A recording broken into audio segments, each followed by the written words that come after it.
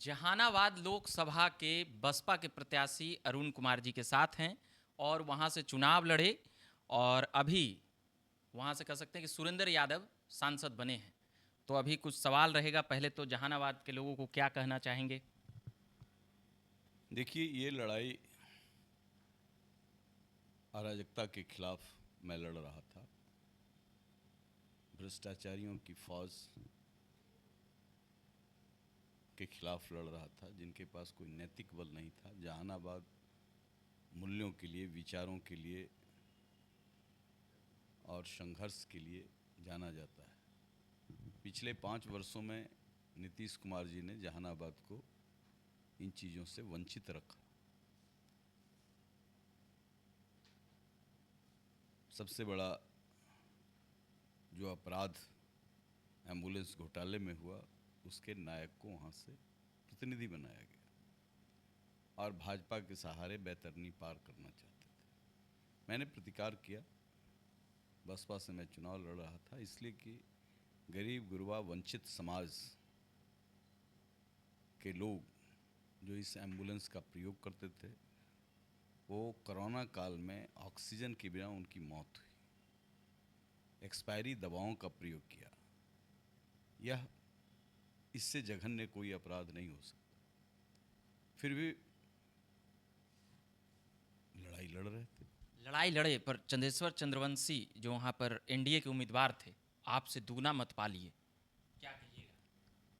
मैं उन वीर सपूतों को, वीर पुत्रों को धन्यवाद करना चाहता हूँ कि जहाँ धन वर्षा हो रहा था, अनैतिकता का साम्राज्य कायम था, पूरी सत्ता नाच रही थी, सारे नियम चुनाव आयोग के ध्वस्त किए जा रहे थे, वहाँ पर 90,000 मतदाता मेरे पक्ष में खड़े हुए।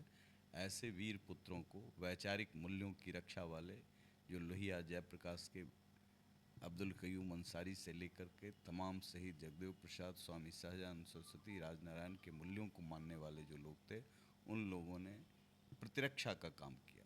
इसलिए पहले तो इनको मैं धन्यवाद देना चाहूँगा और मैं समझता हूँ कि जो तत्व मेरे अंदर जागृत हुआ था, उसके सही संरक्षक ये थे और उनके प्रति आजीवन आभारी रहूँगा कि कठिन परिस्थितियों में ये सामान्य गृहस्थ परिवार के लोग, खेत खलिहान में काम करने वाले लोग, मजदूर और किसान, युवा और व्यापारी हमारे साथ खड़े रहे, जाति और धर्म से ऊपर उठ करके। खास करके जिस जाति में मैं जन्म लिया हूँ, उनके अंदर भी वो तेजस्विता थी और जिसमें तेज था स्वामी सहजानंद सरस्वती को, मेरे साथ खड़े हुए। इसलिए आभारी हूँ मैं इन लोगों का कि इन विपरीत परिस्थितियों में भी मेरे साथ खड़े रहे और मेरे सम्मान की रक्षा की। ये मेरा सम्मान नहीं था, ये सामाजिक सम्मान था, ये उन महापुरुषों का सम्मान था जिन लोगों ने मूल्यों की राजनीति को सिखलाया है। आखिर कौन इसमें बहस में जाएगा?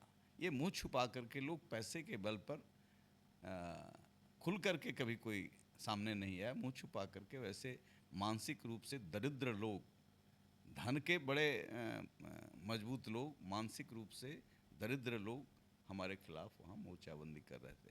मैं किसी जाति के खिलाफ आवाज़ नहीं उठाता हूँ, लेकिन ऐसी अराजकता जो अमानवीय हो, उसके खिलाफ आवाज़ उठाई। और ये 90,000 जो मतदाता हैं, ये स्तुत्य हैं, प्रणम्य हैं और इनको मैं बधाई देता हूँ और आजीवन इनके साथ खड़ा रहूँगा। सुरेंद्र यादव वहाँ के सांसद हो गए दूसरा बार। एक बार तो 25 साल पहले हुए थे, मगर अभी जो ये 2 बार से या कहें कि लगातार वह हार रहे थे, तो उनके जीत को क्या कहा जाए? सुरेंद्र ये यादव की लोकतंत्र में हार और जीत, तो जीत है तो मेरी, हम उनको बधाई देते हैं, जनता ने चुना है। किस एंगल से लिया ये उनका विषय है, लेकिन मैं जिस सवाल को लेकर के नीतीश कुमार के प्रतिनिधि के खिलाफ लड़ाई लड़ रहा था, मैं समझता हूं कि मेरी जीत है। पूरा खबर में ये बातें चल रही है, अगर अरुण बाबू नहीं लड़ते तो ये चंदेश्वर चंद्रवंशी चुनाव जीतते, मोदी जी का उम्मीदवार, एनडीए का उम्मीदवार, नीतीश जी का उम्मीदवार जीतते। आपने जितवा दिया राजद के उम्मीदवार को, इंडिया अलायंस को। हाँ, बिल्कुल सही हुआ है।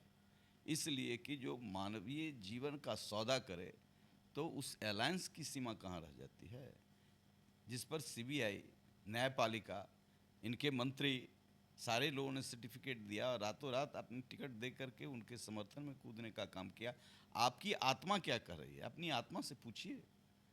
उसके आगे सरकार नहीं ना होती है। जितनी सुरेंद्र यादव पर भी आपराधिक रिकॉर्ड हैं, ये बातें खुलेआम है प्रचलन में। तो वो कैसा? ये मेरा विषय नहीं था। मेरा विषय एनडीए से था, मेरा विषय नीतीश कुमार से था। इसलिए कि मैं नीतीश कुमार को सत्ता में लाने में अपनी जवानी लगाई है। ऐसे चरित्र के लोगों को आगे ला करके आप क्यों नहीं अति पिछड़ा से कोई चरित्रवान व्यक्ति को, कार्यकर्ता को लड़ाए, जो ऐसा काम करे जिसके बारे में आपके मंत्रियों ने सर्टिफिकेट दिया। फिर किस मुंह से, फिर कैसे?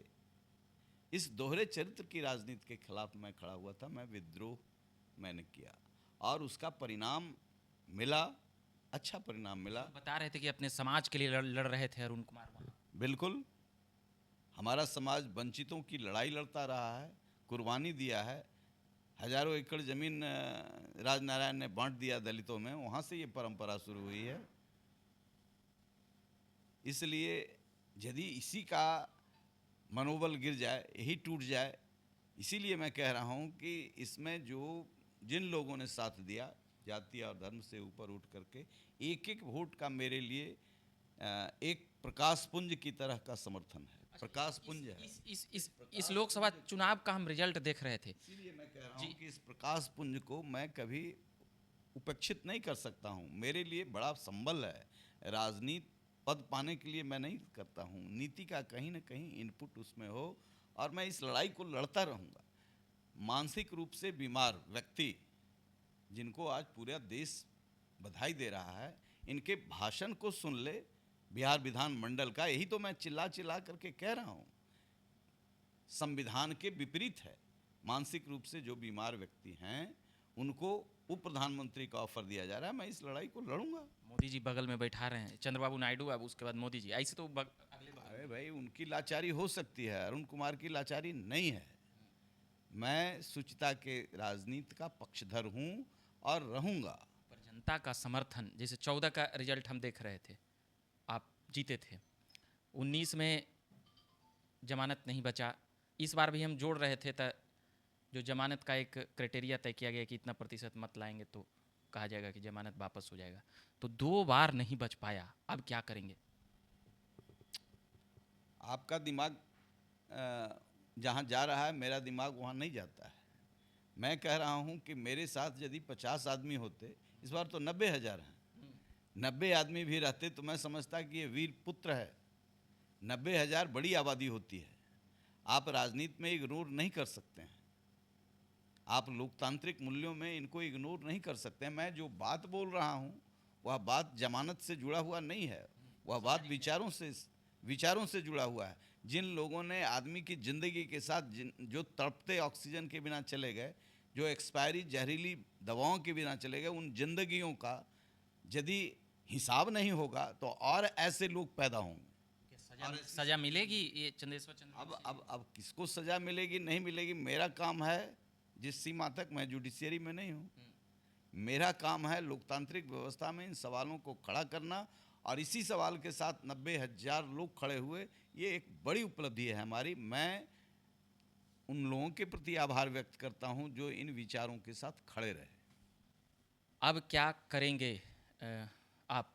जैसे अभी तो बसपा में हैं, वोट भी आया है, मगर 2 पक्षीय राजनीति के हिसाब से जीत और हार तय होता है। जो 40 लोकसभा में मिला, एक पप्पू यादव का छोड़ दे तो अभी यहाँ से क्या मनोस्थिति तैयार करेंगे? बसपा में रहेंगे, इंडिया अलायंस या एनडीए अलायंस, क्या चल रहा है, कुछ बताएंगे? मैं तो बसपा के साथ हूँ, मजबूती के साथ हूँ, आज भी हूँ, और मैं वंचितों की लड़ाई लड़ता हूँ। ये एक अच्छा आधार है। पहले भी लोजपा में था तो ये वंचितों की लड़ाई लड़ता है, उनके साथ था। उन्होंने उचित नहीं समझा तो हम बसपा में गए, और बसपा के साथ बसपा मान सम्मान देगा, नेतृत्व देगा, हमें ऐसे अराजक तत्वों से लड़ने का छूट देगा तो मैं बसपा को और मजबूत करूंगा, और बिहार की राजनीति में बसपा एक बड़ा पैदान। सोशल साइट पे अपना अपना व्यक्तित्व रखते हैं, उसमें आपका नाम राजद से जोड़कर देखा जाता है, भाजपा से जोड़कर देखा जाता है, तो इन दोनों पार्टी में कभी भविष्य देखें? भाई, मेरा भविष्य और वर्तमान साथ साथ चलता है। बसपा में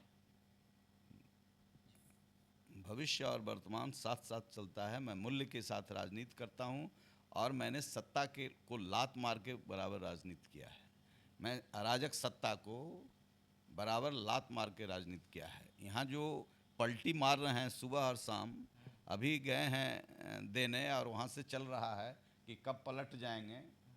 तो मैं वैसी राजनीति में और मेरे साथ रहने वाले लोग वैसी राजनीति में विश्वास नहीं करते। एक सवाल है, आज नीतीश कुमार या एनडीए की बैठक मतलब कि हो रही थी वहाँ दिल्ली में, तेजस्वी यादव से मिले नीतीश कुमार, पूरा खबर चल रहा है कि नीतीश जी मतलब यहाँ से थोड़ा सा इधर उधर होंगे या क्या कुछ, आप तो लंबा साथ रहे हैं तो कुछ बताएंगे। इन फालतू सवालों से मेरा कोई जी भर गया है। मैं ऐसे सवालों में नहीं उलझना चाहता हूँ। वो उनका मन है, इनका मन है, ये दोनों जो तय करेंगे करें। अच्छा, एनडीए का आपकी पूरा 400 से 300 से भी कम आ गया, बीजेपी खुद 60 सीट घट गई, कांग्रेस 50 सीट के आसपास बढ़ गई, ये सब चीज़ को कैसे देखते हैं? जनता परिवर्तन चाहती है। अब जनता का मैंडेट आया है तो उसको तो स्वीकार करना पड़े लोगों को। चलिए, तो अभी हम रहने देते हैं। बाकी बसपा के उम्मीदवार के तौर पर अरुण जी लड़ रहे थे चुनाव वहाँ पर, और वहाँ से सुरेंद्र यादव जीते हैं। तो अभी हम खबरों में इतना ही कहेंगे कि आप झकास भारत देखते रहिए। मेरा नाम रविकांत हुआ, धन्यवाद।